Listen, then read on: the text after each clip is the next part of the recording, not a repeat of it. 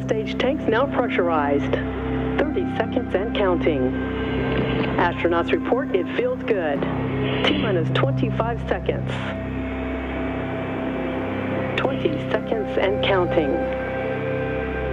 T-minus 15 seconds. Guidance is internal. 12, 11, 10, 9. Ignition sequence start. 6, 5, 4, 3, 2, 1.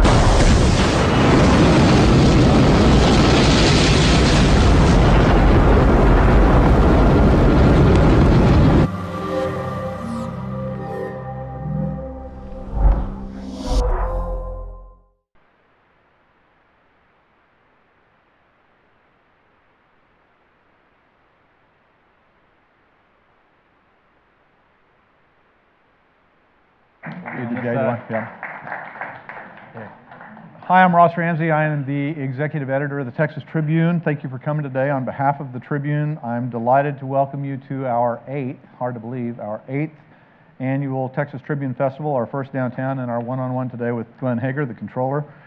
This panel is supported by AT&T, Deloitte, and the Boeing Company. Although corporate sponsors and donors underwrite this event, they play no role in determining the panel's content, panelists, or line of questioning. This is going to last about 60 minutes. We'll include about 15 minutes for your questions at the end. So I'll throw you to the lions when we're done. And if you would, please silence your phone. If you're going to text during this, the hashtag to use is hashtag TribFest18. So that's our line. You guys all know him, but I'll do the introductions anyway. Texas Comptroller of Public Accounts Glenn Hegar was elected to that office in 2014. He's up for re-election this year. He serves as the state's treasurer, check writer, tax collector, procurement officer, and revenue estimator.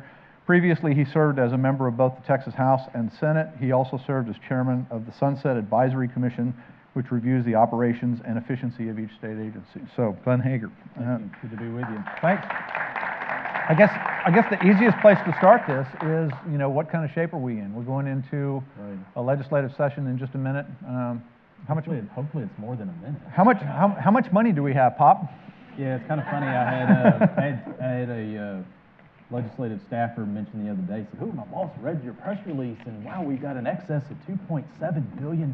That's fine. That's great." And I said, "Yeah, but it's already spent. Yeah. You just don't know it's already spent." So, if you look at it from a couple angles, one, I'll talk about the economy first, and then talk about the expenditure side second, because the two obviously have to be married together to get a real picture of where we're at. If you look at the Texas economy, and one of the things I keep saying in my speeches over and over is about job count numbers, because I think this really shows the magnitude of what we've been through in the last year and a half for an increase in the economy. Right. If you go back to, obviously, 4 years ago, we, right after that time period, downturn in oil and manufacturing industries, contraction of the economy, Texas did not grow, and I think it was 2016, which is the first time we haven't had growth in this state in a long time. Some areas of the state did, some areas did not. Very, very long time. We've outpaced the national average year after year after year in economic growth. So you had 160,000 job losses in those two industries alone. So significant impact to certain regions of the state, but other regions of the state grew and it net out zero.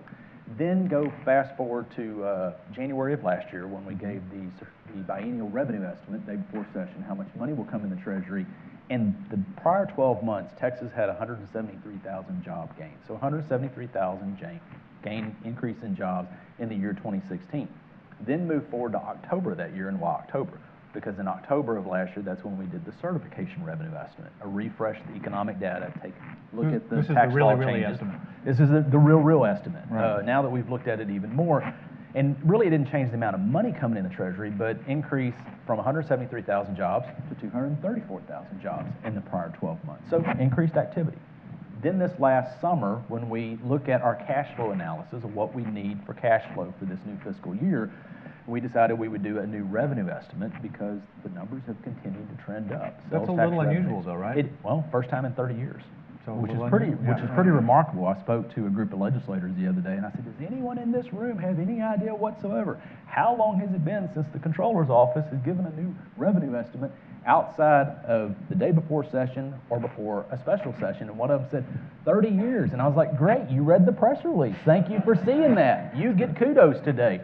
But go back to 173,000 positive gains January last year, 234. This summer, it moved up to over 350,000. And then just last week, I think, was when Workforce Commission posted their numbers. Now it's almost 400,000 job gains. And so if you translate that into now revenues into the Treasury, Right. this last year, our fiscal year, we were 10% higher, essentially, in revenues than we were the year before, of GR related. And so one of the points I continually make on sales tax, because this is just an amazing number. That's primarily sales tax. Primarily, well, it's all revenues, but primarily sales tax as well. Both of them are tracking a little around 10% or above. But as most of you know in this room, state budget, a third of it's federal dollars, 2/3 state dollars. The biggest portion of state dollars is what? Taxes. The biggest portion of taxes is what? Sales tax. 58% of tax collections are sales tax. So that's why we talk a lot about sales tax, because that drives the state budget. And if you go back to 2015, November 2015, that was the first time that we ever had a 1-month collection of $2.6 billion. Pretty big. A lot of money coming in the Treasury. Didn't have another one in December, didn't have another one throughout all of 2016, didn't have another one through 2017. However, this last fiscal year, we've had two 2.6 billions, 6 2.7 billions, and in August, which was the last month of the fiscal year, a 2.8 billion. And so the trends have gone up. So now you know why in the first time in 30 years, Comptroller's office gave a new forecast, because there's a real increase in money. But the thing that concerns me... It means that because of the growth unanticipated, you were off, but in a good way. We're in a good way. Right. And, and I've said, look, you're going to be off. It's the 10th largest economy in the world. There are so many factors that go into this economy. But on the flip side, the expenditure side, we still have some Medicaid bills that have to be paid in this year of the budget. $2.3, $2.5 billion probably. Right. So you take the 2.7 I said you have, you're pretty close to it's all gone. And then last special session, the legislature had needed to put some more money into TRS care, which is the health care for teachers, as well as a little more money into public education, $563 million. So that was taken and essentially borrowed out of the health and human service side of the budget, so that has to be replaced when they get back. And then we have that awful event from a year ago, Hurricane Harvey. Right. And Hurricane Harvey is probably going to cost the state at least $1 billion, and that's a number I use, but some public policy choices. Do you think could it'll be higher. only that? When Hurricane Ike came through, Right. somebody cranked the numbers on Hurricane Ike, and I think the Fed spent something on the order of $36 billion. Right. And the state spent a bunch of money, but it wasn't in comparative Relative much, to the federal like dollars. $300 million. $300 million, yes. And the prospect, partly because of Maria, partly because of California wildfires, Right. some other Right. storms, I guess Right. this latest storm, Florence, the feds may not have enough money to send, or the same amount of Right. money That's to right. send to Texas. Right. So only $1 billion? That's a number I think is a conservative number, but I think that's one that's a minimum. However, a lot of it has to do with public policy decisions that they're going to make in the building, more so to do with public education dollars than anything else. And so I think a lot of it depends on, in part, what is the budget looking at when we get back in January. And one of the things I keep telling people, I said this in a speech yesterday at noon, I say it pretty frequently, is that, Texas, like the United States, since the end of the last recession, the great financial crisis, that right now the United States is in the longest economic recovery in modern history as in after a recession. That's a long time. Now, with that being said, no one knows when that next downturn is going to be, but when you're in the longest one, I think it's imperative upon me and my office to highlight pretty boldly that that day, every morning when you wake up, is one day closer to the next recession. This is And the so- day, this is when you look in the rearview mirror and you see the dinosaur in Jurassic Right, Park. that's right. You go, it's Closer right than there. that, right? It's right there. So, my point being, the economy is continuing to do well. There's still expenditures that they have in the legislature, so it really nets balance out, that Right. it helps ease the pain. Also, they had deferred last session payment to TxDOT for the $2.5 billion that TxDOT was going to get for sales tax revenues. Right. Now, we had estimated they wouldn't get the full 2.5, but because the economy is so good, we estimate they'll get the full 2.5 now, which is Right. good. And another thing is because revenues are coming in stronger, the timing of those payments means that deferral that was about $1.6 billion into the next biennium, Right. now it's only about $250 million. And if the trends continue, hopefully they do, it'll wipe out that deferral. So they're in a much better position than they were before. So do you have a crazy number about, we have this 2.7 now, but we've spent XXX, how far underwater are we? I would say I would look at the supplemental appropriation for next cycle. If you take the Medicaid, the Health and Human Service dollars that were borrowed for the teacher retirement, and also Hurricane Harvey, I mean, I think probably a supplemental is a $3.4 billion. And if you got 2.7, Right. you can do the math pretty quickly. So Right. now you're somewhere around $1 billion. But everybody in the legislature, bless you. I'm sorry, that's habit. I guess I'm not supposed to do. I'm not Yeah, supposed don't to do bless that when you, I'm never mind. speaking. Yeah. I always forget that. You know, when your mom and grandmother teaches you to stick with it all the time, tell people bless you. But if you look at leadership has said they are willing to look at the Economic Stabilization Fund for Hurricane Harvey. Right. And so really most of the Maybe that cost takes $1 that's billion left off, right. over is Hurricane Harvey. Right. But then again, you know, I'd love to hope, and we're constantly watching the revenues, and here in just a couple of days is the end of this month, and this month looks good again for sales tax revenues. So hopefully, you know, if trends continue and the economy keeps doing well as it is right now in Texas, then maybe we won't have to dip into it at all. And this is before you do the regular build in the budget, the 85,000 That's students right, that we add to the that's right, schools that's every right, year, that's right. the caseload and utilizations. This that is we before add you to even deal Medicaid with and all of the that. next budget period, which if Right. you look at the trends over the last decade plus, I mean, when you take Health and Human Services Medicaid, which Right. is the biggest, largest growing portion of the budget, and then also you take public education, which really, those are the two biggest pieces of general revenue. I mean, you know, general revenue, the legislature really spends over 50% of the budget on public education still. And Health and Human Services is a very large portion. So my point being, I said something in a speech many years ago, and I keep saying is how those two portions of the budget are really, one's an entitlement, and one is constitutionally guaranteed. Right. So they have to spend those, Right. is my point. And so when you add those factors into it, the fact is, you know, each budget is roughly grown by a little over 5% each biennium. And you know, the economy luckily has been growing faster than that. Right. But it's one that I always want to highlight as a caution, that's all. So if it did that, that'd be 10 or 11 billion all funds. Pretty much could be, yeah. Right, Yeah. right. Let me ask you about public ed in light of Harvey for a second. How much of this is we have to replace money, and how much of this is a cash flow problem? So we have places where, you know, Port Aransas tax Right. base blew away, Right, got right, or right, flooded or whatever. They'll rebuild it. That's right. You've got this weird lag in the school finance formulas. Right. What you pay this year is based on last year's, Right, yada, right. yada, yada. How much of this is, look, we just need a little cash flow help here, and how much of this is a permanent change in how school finance works? I think more of it's the latter, and one reason being is that as schools got hit and significantly impacted, they don't have their local property tax dollars as the value that they did before, because values have decreased, and so that's the major one consideration. Right. Then you have property wealthy school districts, which owe a check to the state Right. as a recapture, yet they all made those payments, even not knowing what the valuation decrease is going to be. So I think that you could see some settle up, you know, just to make sure the numbers were back. They may not have as large of a recapture payment the next go round as they did before. So the state owes them money. The state owes them money, and then also part of it is a policy decision in the legislature. It's not written in state statute that they have to make these schools whole. However, many people in the building have said they think from a fairness perspective, they should. And so those districts can really continue to cash flow. And part of that is because, you know, the state made a policy decision not quite 40 years ago, 35, 36 years ago, that my office, we upfront the school districts really half of their payments in the first 3 months of a fiscal year. Right. So September, October, and November this year, I think we're sending the school districts roughly 49% of all the money they would get for the 12-year payment.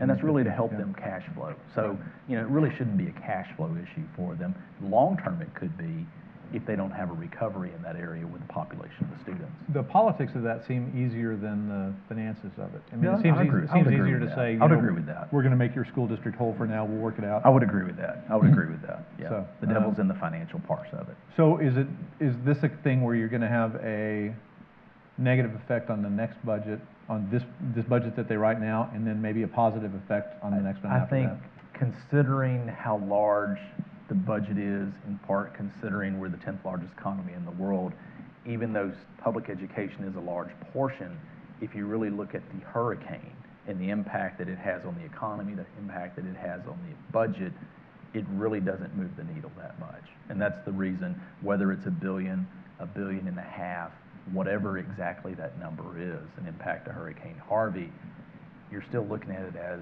a 2-year budget in that budget on a given year, federal and state money, is Right. almost $110 billion right now. Right. So it really doesn't move the needle substantially. Okay. Let's talk about taxes a little bit. Yeah, The thanks for reminding legislat- everybody I'm the tax collector. I appreciate that. Yeah. You just had to do that. Yeah, Billy Hamilton, when he was over there once said, God forbid anybody should figure out we collect taxes. Yeah, I know. Every time, I hear people in my speeches, and I said this yesterday, I tell everybody, did you have to remind everybody I'm the tax collector? In part, I kind of joke about that because, my grandfather, my mom's side, was a Baptist preacher, and I used to hear him talk about how they stoned the tax collector. And then lo and behold, his grandson becomes the tax collector. So how much irony is that? So it makes me nervous every time I hear that because I'm like, does anybody have a bucket of stones here? Everything comes around. Come see Glenn Hegar and bring your bucket of stones today, please. So Texas has this problem, and it is that we have a lot of problems. Well, I mean, which one do you want to highlight today? We only have a few more minutes. Let's talk about taxes. Okay. You have a growing state budget. Yes. 5% a year. Right. Just start there. Right. You don't have any new sources of taxes, so you're completely dependent, really, on growth. Do you see anything? This is a softball. Do you see anything changing about that? I mean, are they looking at anything that's going to, make it easier? That's going to, they'd like to cut property taxes. We have the, I think, the 6th highest property tax in the country, 12th highest sales tax in the country, the 50th highest income tax in the country, right? And we'll continue to keep it at the 50th. It remains the worst thing we have ever pulled at the Texas Tribune. It turns out that income taxes are a little bit less popular than cancer. Yes, I would believe that, yes. What changes that math? Is that the essential math of how the state operates? Is, look, you want to grow this much, you can't grow because you're constrained by the tax structure. I think part of the issue, as long as Texas is continuing to grow, and we're projected to grow for a very long time. I mean, I tell people to just think about every morning for the next week. Just think about it when you wake up. Another 570 people in Texas just based on natural growth. And then in addition to that, another 515 or 20 people that have moved here every day. 1,100 people a day. And then y'all wonder why you're stuck in traffic. I mean, really? But with that growth, and it's projected to continue. So as long as you have growth, the numbers continue to work, even though obviously it hurts you from an infrastructure perspective.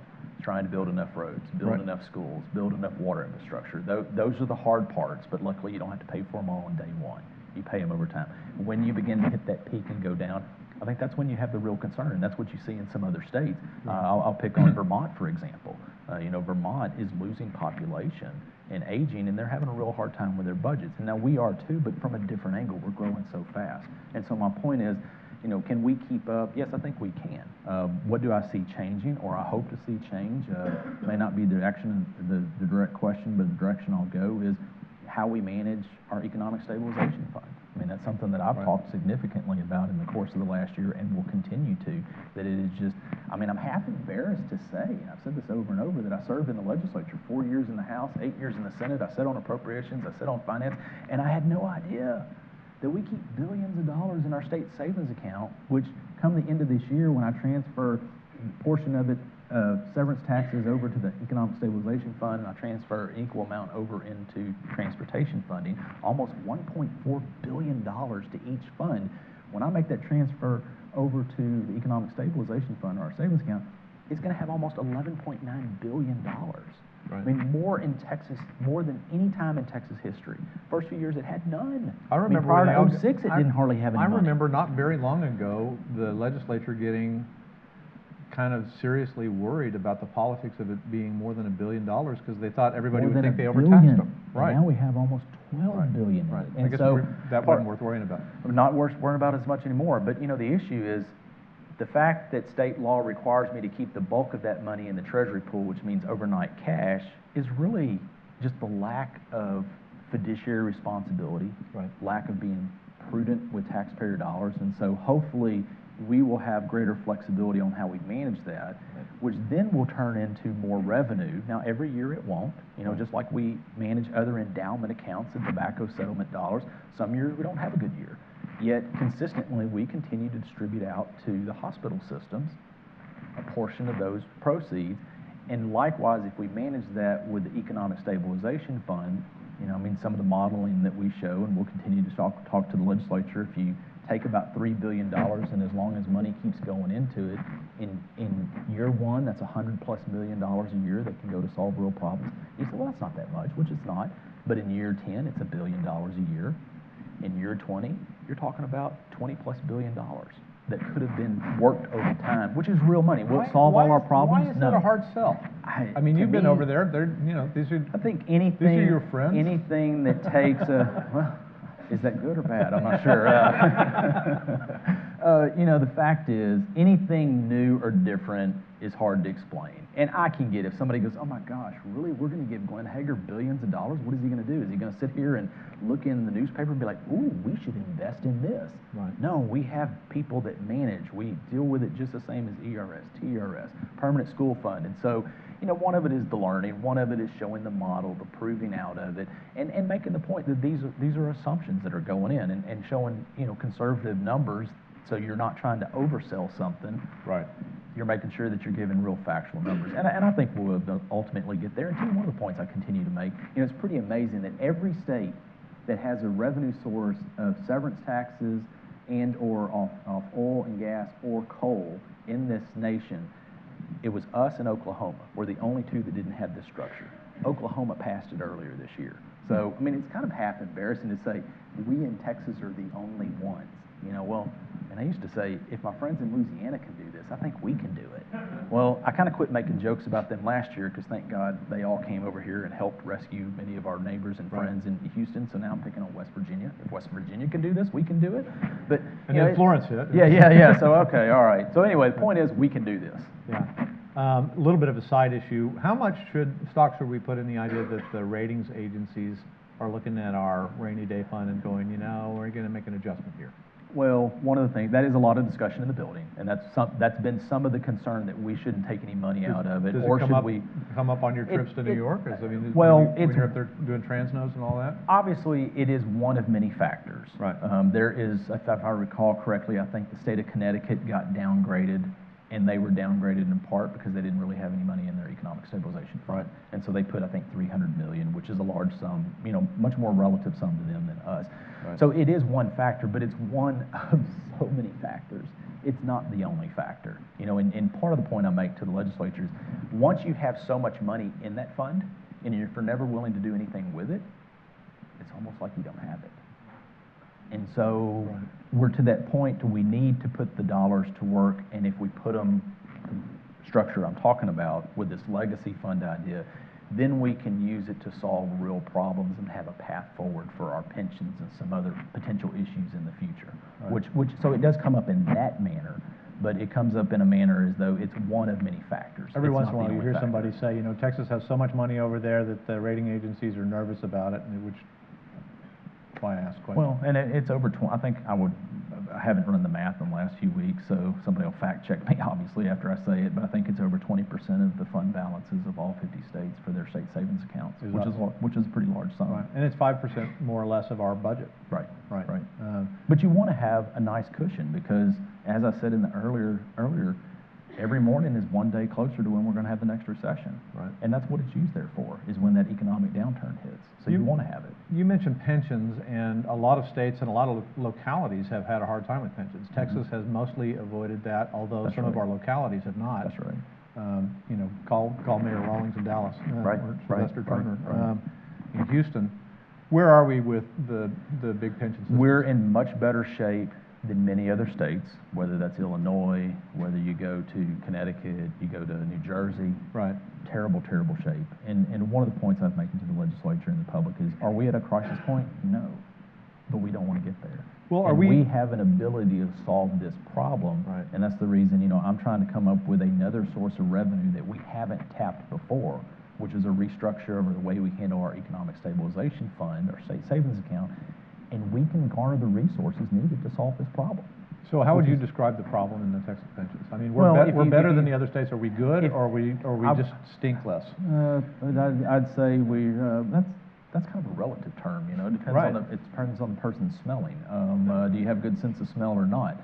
We're much better shape than others, but if we don't take steps forward then in several years from now, we can move into that stink category. It's And that we don't want to do for future generations. It's a problem of the way it's structured or the way it's funded? It's both, but if you look at it purely from a funding avenue, Right. then just take our retirement system, ERS, employee retirement pensions. We need about $250 million for the biennium. More than we're doing More now? than we're doing today, and we could cover that. And Right. so that's the point of, like the reforms I'm mentioning to the state savings account. In a few years, we can get to that point. And once we get to a crossroad of dealing with that, dealing with teachers, then we can have excess dollars to deal with other issues. Whether that's road infrastructure, water infrastructure, or anything like that. You might not know off the top of your head, but what's the equivalent number for TRS? If TRS is 250. I don't remember that one offhand. Is it bigger, smaller? Yeah, I think it's bigger. Okay. I think it's bigger, but I just don't recall offhand. Okay, so put it on the list of things. One of the things that seems to come up every year, and I'm going to ask a blind question. Cases outstanding. Yeah. There's always something in the courts. Right, If this right. happens, it's going to put this big a hickey on us. Right. This one's going to put this big a pot of gold Right. on us. What's Yeah, our, the only one how's it right looking now for- that we have that is working its way through the system that we've had a ruling on that brings a significant amount of concern to us is one that happened, I guess it was almost 4 years ago, the AMC case. Mhm. And that has to deal with, from the franchise tax perspective, it's the same section of the code that was copied out of the sales tax code. So our biggest concern is not just does it impact the franchise code, but it impact the sales tax code. And it's dealing with what's called personal tangible property. So in other words, in this situation, you go to a room like this, it's a movie theater, and what items that go into presenting that up there that you're watching is deductible from a tax perspective. air conditioning, cleaning up, popcorn smears? Right. At right. some point, it's everything, because you take that, what you watched, you perceived it, you absorbed it, and you take that with you. So therefore, everything that went into projecting it, which could be the entire building, which that's a much broader scope than anyone ever anticipated. So it was an expansive definition A of very, cost. much more so. And this happens through legal processes all the time. So obviously, we appealed. There was a third court appeals ruling that was much more limiting to it. But again, not knowing how this plays out over the course of time, both in future tax collections and refunds. And so Right. the point being is, it's just a broad perspective. It's going to go to the Supreme Court, but it could cost the state billions of dollars in refunds and lost revenue. So that's when it brings our attention. Walk me up to billions of dollars, because there are a lot of movie theaters, but billions of dollars. Yes, that's a good point. It just doesn't impact movie theaters. It Right. could also impact whether somebody mows your lawn, which we all either mow our lawn or have somebody mow our lawn, and when they charge you for that service, now there's a sales tax that's applied to a wide variety of services in this state. And Right. professional services is it is the third most impactful sector of the economy in Texas. So the financial sector, manufacturing sector, the professional sector, which is mostly where tangible personal properties are. Lawyers, they're typing on computers. Well, you pay a sales tax for that, but everything that they're typing on and goes into creating their documents now is this personal tangible property. And their So accountants are therefore- running around looking for deductions. Exactly. Right. And of course you should. That's your job. Sure. That's your job. But the fact is, it could have a rippling effect through wide sectors of the state economy. Right. And that's where you start tallying it up to literally billions of dollars a year. Okay, and that's really the only case that's kind of hanging That's the only over. one right now that we And- have. And what's the timing of that? I mean, it's all, you're making a You're- stab at you're- the Supreme Court. but now we'll make next make- biennium? Could be over the course of the next biennium, could be over the course of the next 4 years. It just depends on the timing of how quick they get to it, and then whether there's a motion to rehear again, which there will be. Whoever loses will Right. probably ask the Supreme Court to rehear it again, which even though they probably won't, which is up to them, but then that could drag it for another Push, 6 push. months. Yeah, exactly. Right. We had a court case come in, and a lot of people said, well, Texas is going to make $1 billion on this. This is the internet taxes. Yes. And you downplayed that some. Mhm, Can you talk us through that? This was, I guess they Wayfair, North Dakota. reversed Yes. the old Quill decision. And Yeah, so try to make it real short so everybody completely doesn't fall asleep. That's a good thing about my job. It's pretty boring, which is great as a politician. The fact is, Keep listening, yeah. keep listening. So in the past, there was a Supreme Court ruling years and years ago, and long story short, my office, if you were doing business based in another state and you don't have a significant presence in Texas, then I cannot send my auditors to go audit that business.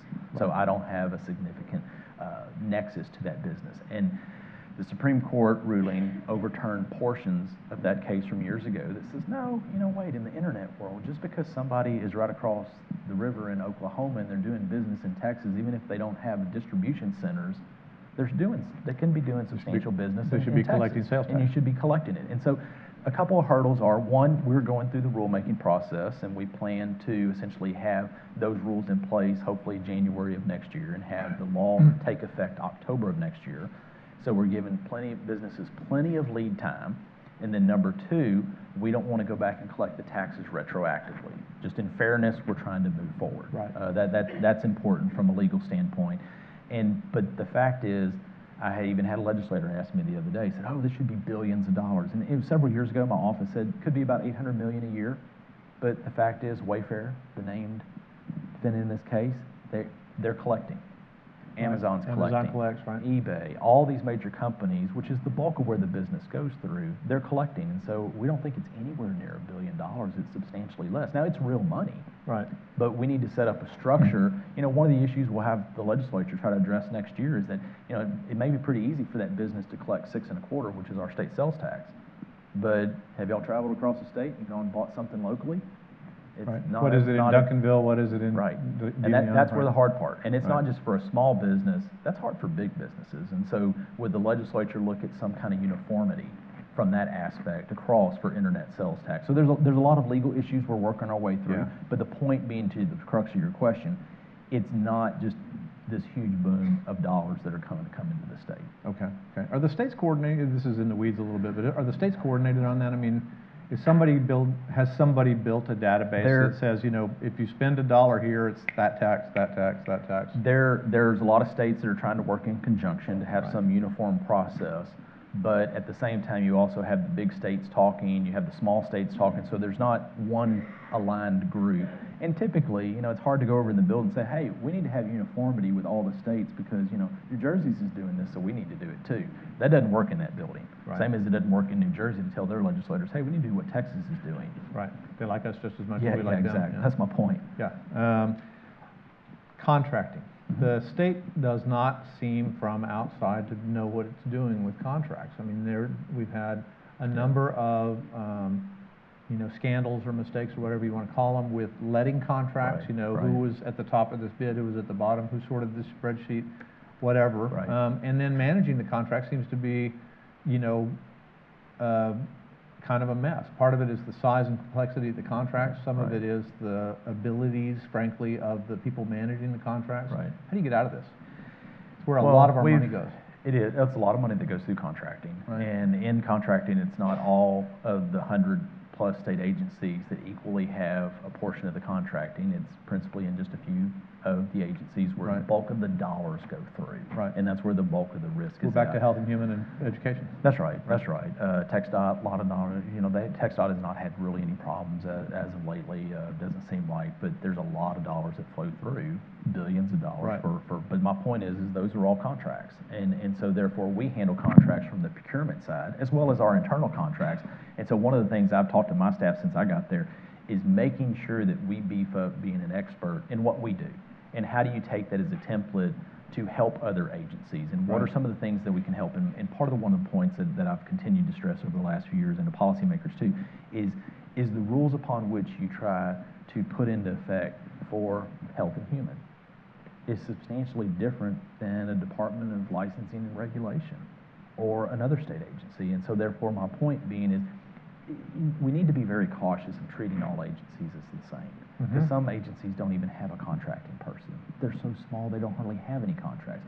So one of the concerns that I have, and I don't think we'll be able to do it for this session, is a complete major rewrite of how we do contracting, because there's all these little things that have been put in law over time. And so if you have this value of contract, you need to jump this high, turn around, tap your head, chew your gum. If you're this value, you need to do this Right. value. And Right. so point being is there's all these very prescriptive issues, which from an audit finding can get you dinged pretty hard and put you in the newspaper, but did you do anything really wrong? So you're spending an inordinate amount of time trying to follow the details of the law. Right. That I don't think that agencies are really looking at the bigger picture at times. And that's one of the concerns that I have right now. Well, let me flip that from the audit question. I mean, are they are there real problems here, or are they just perceived problems? I mean, No, is it you made a little mistake here? I mean, I think it seems like there are some major flaws here. perception is reality, so Right. that's number one. But I do think there are some real problems. And that real problems is making sure that in a state with 3.9% unemployment, that you're able to hire and retain quality staff Right. that know what they're doing in contracting, or as you have younger staff in procurement or legal expertise working them up so they stay in the agency. So point being is, in part, the state really is at a disadvantage when competing with a lot of the private sector because they have that wealth of expertise and we don't. And so I think one of it is a staffing issue. Is that a pay issue? It is a pay issue, but it's also an allocation of resources within an agency. It's also the fact that in my agency, the fact that we do procurement, not only internally, but also set commodities, that I make sure there's a direct line with the exec as well as with that agency, that this is a priority for us. And so Right. where does it fall on the org chart from a priority standpoint? What does it focus on as those that are running the agency being highly involved in it to make sure that we know what the resource needs are and the priorities are within those divisions? Is there a legislative or executive agency group somewhere, formal or informal, trying to sort this out? Yeah, there's a lot of different people that are working on this, trying to sort it out. But one is of there it a is good taking. focused effort, or is there? Yeah, I think there is several legislators who are very focused on contracting and trying to get through all the weeds to understand the details as well as the bigger picture. And we're trying to provide resources and help give guidance. I mean, again, we make the point, we're not an expert in health and human services. We're not an expert in textile. We're not an expert in TDCJ.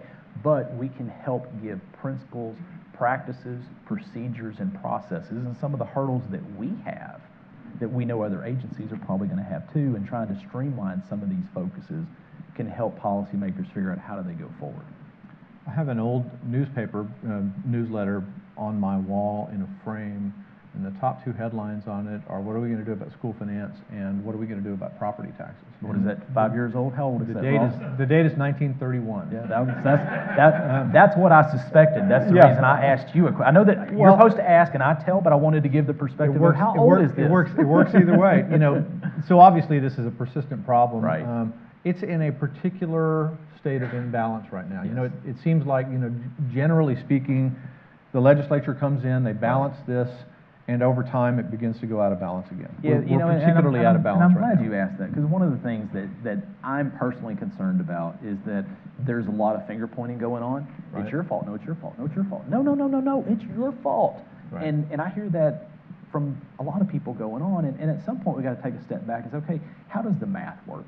Right. Because it's math, and it's big numbers, Right. very big numbers. They're daunting numbers. And one of the things that I have my staff working on is a report that talks about where did we come from, how did we get where we are, and maybe some not really policy decisions, but just show some of the math, so maybe they can get focused on where we go from here. And one of the points that I've made is that if you look back at school finance, the current structure that we have, you have state money, you have local values, no one, when they put this plan into place, the current school finance system, most of the members here were not here. Right. I mean, maybe one or two at most. I looked at the House the other day, and only 49 of the members have been there longer than 6 years. Right. Right. So to blame, say, you people did this, they weren't here when the system was created. And no one back then ever envisioned that Texas was going to grow like we're growing today. Right. No one envisioned 1,100 people a day. No one envisioned all this boom that is going on in downtown Austin alone, much less everyone else. No one, I had my staff pull newspaper clippings just out of curiosity. I said, hey, go look and just see press reports in the last 2 to 3 years.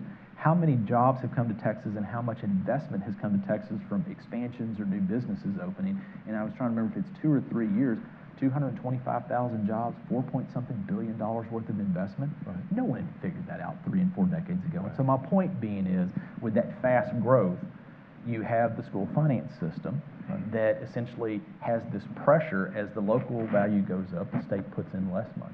And it is a very different issue than we have ever had to address in the school finance system. And this is really a phenomenon of the last 10 years. Mm-hmm. But if we don't address it, it's going to continue for quite some time. And the part of my point of this report is to try to take away the blame game, because no one here knew what was going on years ago when it was created. And so just how do we figure out how to solve the problem? And how do we make sure that, again, as you mentioned, school finance, property taxes are two of the biggest issues we have in this state. When's the last time you had a town hall and you didn't hear about them?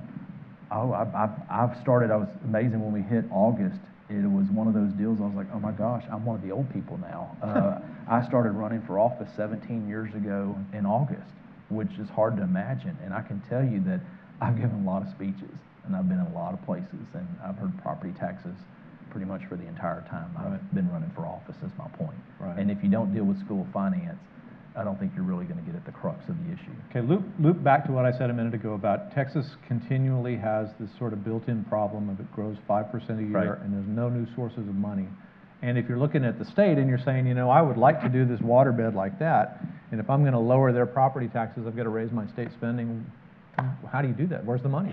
Well, the good thing is I'm not the policymaker, so they are in the building, yeah, haha, but you're the financial guy, Glenn. Right. So do you have some obligation, and that's the point is, with kind of the report we're putting together, and we did the first draft of it from myself and the team, and went through it, and we've still got a lot of moving pieces, and trying to make it not too dense, make it small enough that people will read it, yet at the same point This is a cover all the primer on issues. school finance? Or? Yeah, just really kind of work school finance system, how we got where we're at, and just showing some of the dollars. If you move off property taxes and you move more to sales tax, which a lot of the discussion is an expansion, is it an increase?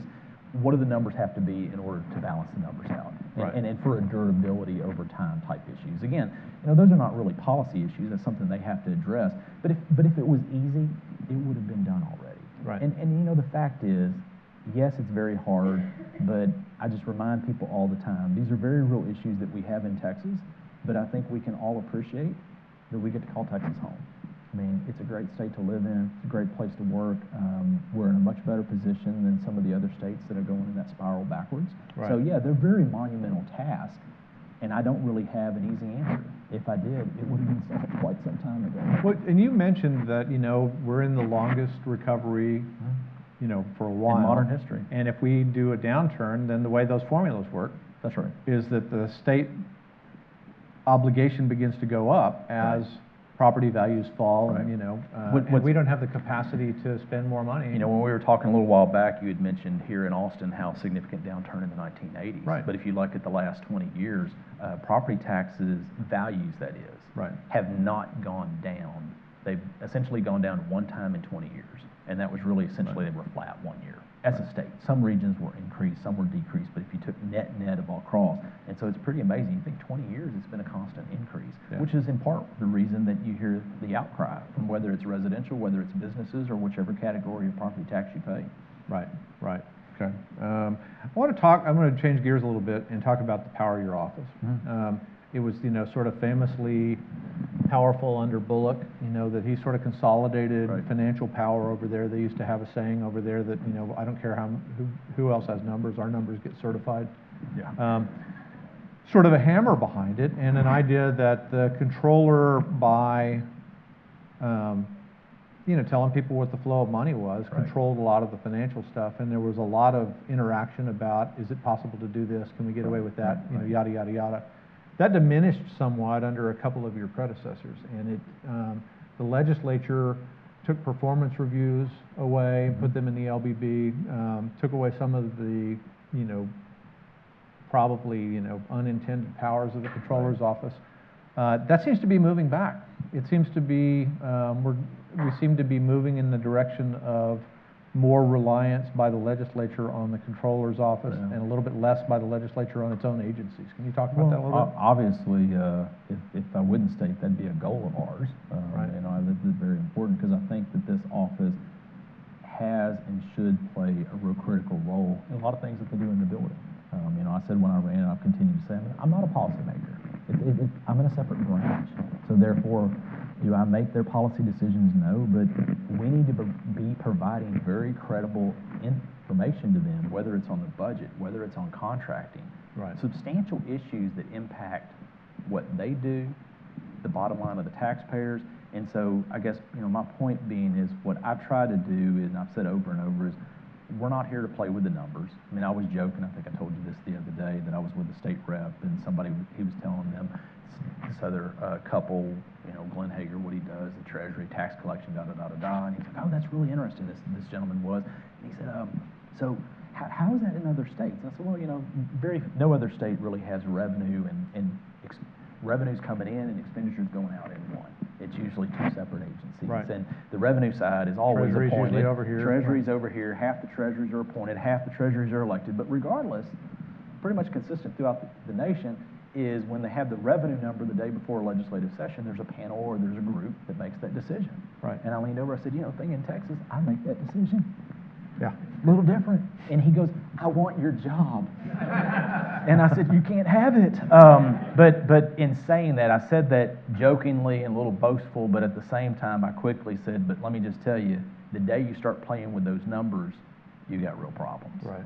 You have real problems. And so I understand the influence of the office, without a doubt, but, you just have to make sure that you're looking at the economy, you're giving good, credible, reliable information. Mm-hmm.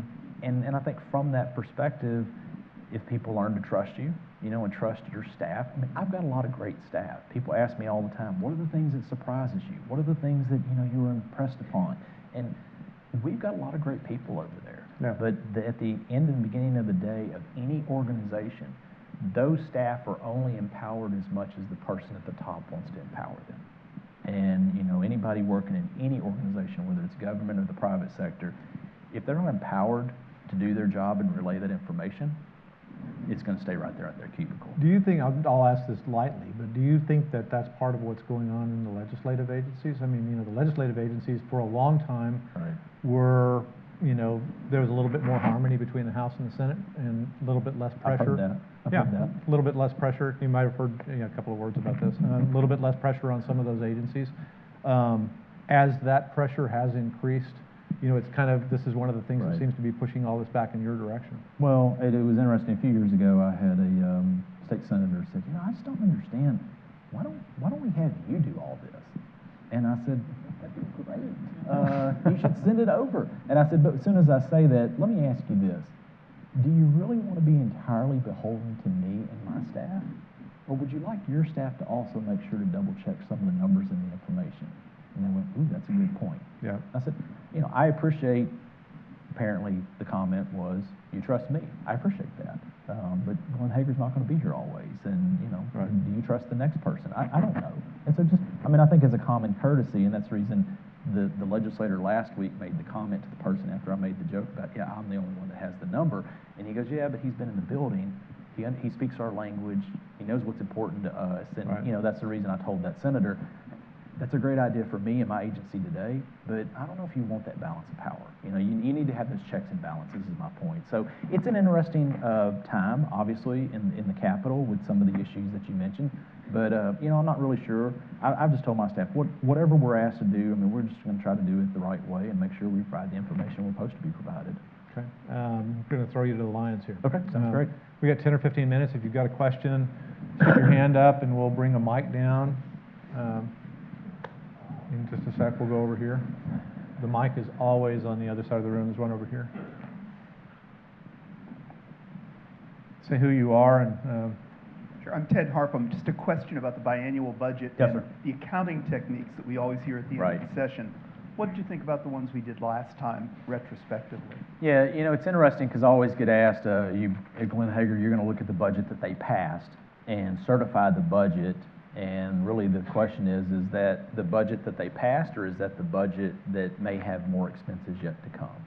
Which kind of we talked about in the very beginning, Health and Human Services, was that fully funded? No, it was not. Has it traditionally been fully funded? No, it has not. Even with that being said, there's no way the legislature can truly accurately forecast what the Health and Human Services expenditures are going to be over the course of a 2-year budget, especially when it starts 9 months out. Although they've always had a pretty good idea how much they were short-sheeting, and they were always pretty accurate. I understand that. And so that's the reason my task is to look at the budget that they passed. Does it balance, yes or no, with revenues? But that's another reason that over the course that I have been there, it's more important than ever that me and my office also talk about the expenditures. Here's the pieces that are missing. Maybe they weren't not in this budget, but the budget does certify, but I'm talking about some of the things that didn't pass. Now, the methods of finance that goes about revenues coming in whether we expect that we're going to have a net savings, because if we tell agencies to reform the way they do contracting, that should have a net savings. And those are different, what's called methods of finance that makes the budget pass. And so I try to talk about them more, because I think as long as you shine a bright light on it, then everybody, as the taxpayers, understands how they put this budget together and what are the major moving pieces. So I don't know if that tried to answer your question. Will it change as you're now worried about the decline? I mean, as long as we're expanding, that's right. You can be more free-flowing, but you seem to be worried about what's coming. Well, I keep highlighting that, every day you wake up is one day closer to the next recession. Now, I do believe this fully, is that That's Texas. so pessimistic. Well, but you know what? I said the other day to a group, I said, look, I told a bunch of legislators, I spoke to one of the caucuses, and I said, my job in part is to tell you, hey, Santa Claus is here, you got $2.7 billion more. Now it's Glenn Hegar the Grinch, who's also going to tell you already spent it, and Right. you still got some more money. Bag of coal. And so, I think as the CFO, that's your job, is to do the good and the bad. And as long as you're projecting that, then people understand the real implications and the numbers that we have to go with. Mr. Hammond. Yeah. Thank you. Comptroller, thank you for your service. I think Commissioner Morales said the other day that the funding for Foundation School Program will go down about $3.5 billion. Right. How does that figure into your comments? And also, isn't it probably true that next go around, the legislature will once again short fund Medicaid, therefore freeing up more money to be spent on other items? Yeah, and the numbers that I was given earlier, and as Ross kind of pointed out or alluded to, the dollars that they have yet to spend is really to get us through August of next year. And so I'm not even kind of really trying to forecast into the next biennium, which gets into these issues. One of the issues that Commissioner Rath had testified not too long ago was also special needs education funding potentially increase. And I think the number that they mentioned not only for this fiscal year, but the next 2 fiscal years was over $3 billion. $3 billion in potential new costs that the state has not had by the way we handle special education, which is very important. But my point is there's really big numbers that are moving in a lot of different directions. And so therefore, we run kind of a back of the envelope numbers to try to make sure where we think they're going to be next session, as far as expenditures, revenues coming in the Treasury. But with the economy this large, and you've been around a long time around this process, it's really hard to match those up over the course. And I try to give the top policy makers, whether it's the 3 big offices, House Appropriations Chair, Senate Finance Chair, or any other member who's wanting to, here's where we think you're at. Here could be the best case scenario, and here's kind of the worst case scenario. Right. And I think as long as you give that, I don't have that crystal ball that can tell you exactly where, but I can give you those 3 runouts to at least keep in your mind. We hope it's good, Right. but it could be bad too. You just don't know. It's Right. hard to explain, hard to say.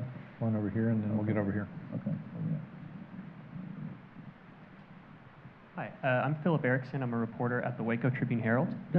In Waco, home values are really skyrocketing a lot. Yes. A lot of people point to tourism booms, but there's other reasons for that. Right. We talked to one guy. His home value was his appraisal hike or jumped from 140 to about 331,000. Went to the appraisal district, protested it down to about 170.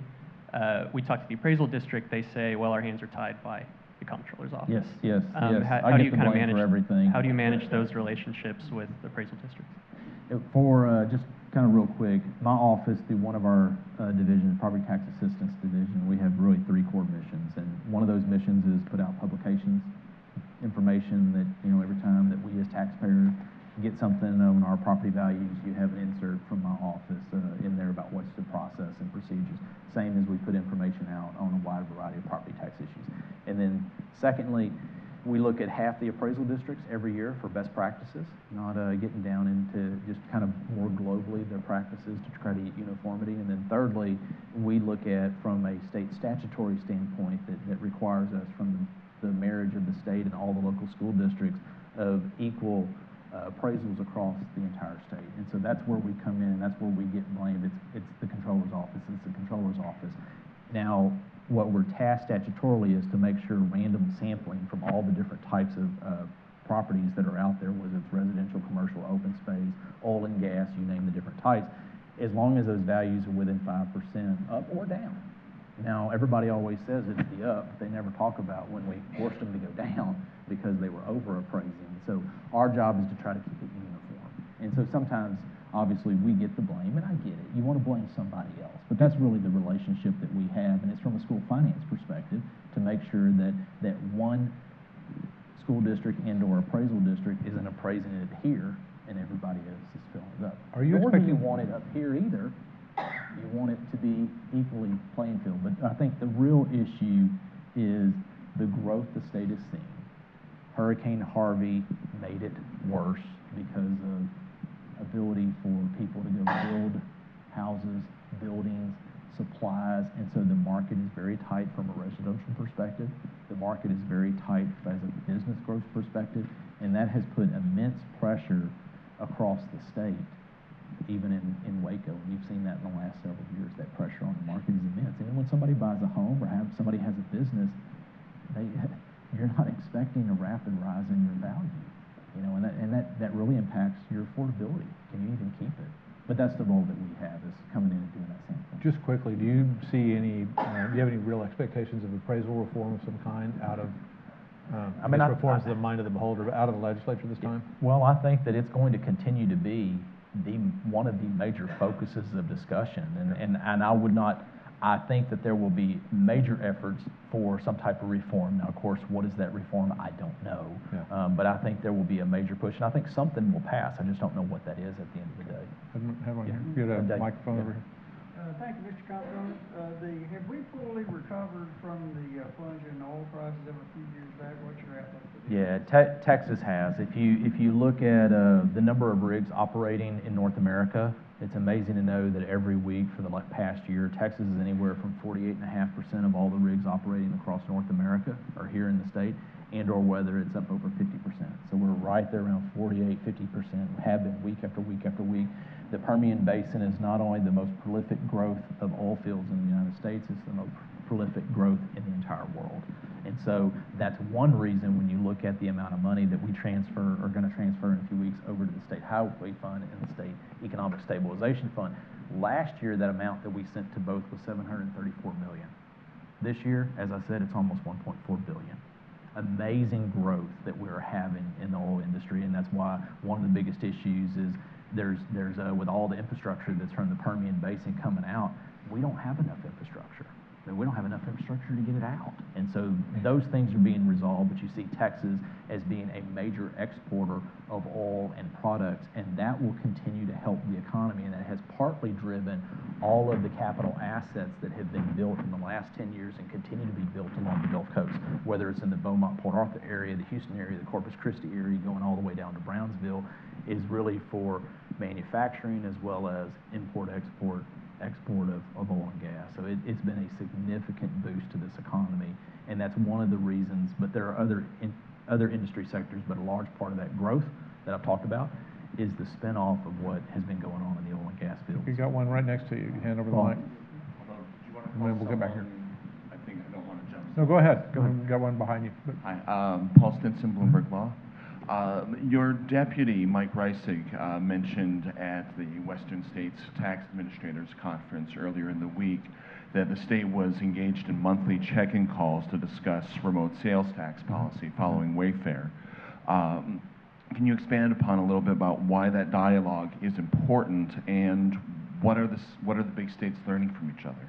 Thank you. It's very important to have that dialogue, and so kind of as I mentioned just briefly, obviously there's a group of states that want to have that dialogue for uniformity across, but that's kind of hard because a certain subsect of states, smaller states, don't want you to collect remote sales tax, because that's potentially where some of the growth, they want those businesses there where they don't have a sales tax and remotely sell it out. That's our economic development plan. Right, that's right. So Right. You've got some that want to completely overturn Right, Wayfair right. because if they don't have a sales tax, then they want those businesses there, and that's where some of the businesses are located. 4 or 5 of those, right? Exactly. Right. And then you have the big states that go, no. So not all states agree. Imagine that. What a shock, okay? So we're having discussions with all of those, but one of the things that we continue to press upon as legislators, how much money is coming in here? But we also have to take into account, what are the other 49 states doing to the businesses that we have in Texas? So it's equally important we have that discussion. So we're trying to push for some type of uniformity and fairness, not just what's going on here, that we're treating businesses from other states that are selling here, but flip side, businesses that are selling there that are here in Texas. It's like a negotiation with knives. Let me get one more question, one back here. Hi, Omero Lucero. I got a quick question.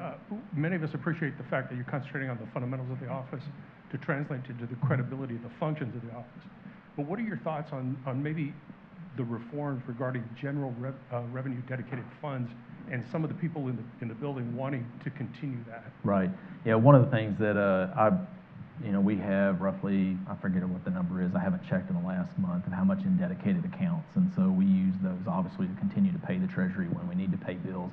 And so one of the things is continuing to highlight what they are. The legislature has taken several steps in the last several sessions to try to reduce that reliance that we've had, eliminate few, make sure the dollars are appropriated. But one of the things is the balances continue to grow back, even when they appropriate them. So that is a very significant issue, because if you're paying taxes into a tax, you kind of want it to go to that purpose and not just sit in the fund balance. So that's one issue that for us, we continue to make sure to highlight as long as members know what those dollar amounts are and try to figure out some paths forward. Now, one of those, whether it's the TERP dollars, that's the biggest account, over $1 billion. And with EPA and how we collect them or how we expend them, there's some real legal issues that have to be worked out. But as far as small as some of the smaller ones, those can be easily dealt with as long as they just wanted to appropriate them to the right purpose. Okay. I think that's all the time we've got. Okay. We could go for another hour. Yep. I Good to be could with you. anyway. Maybe Yeah, you would. yeah, they would. Glenn Hegar, ladies and gentlemen. Thank you very much.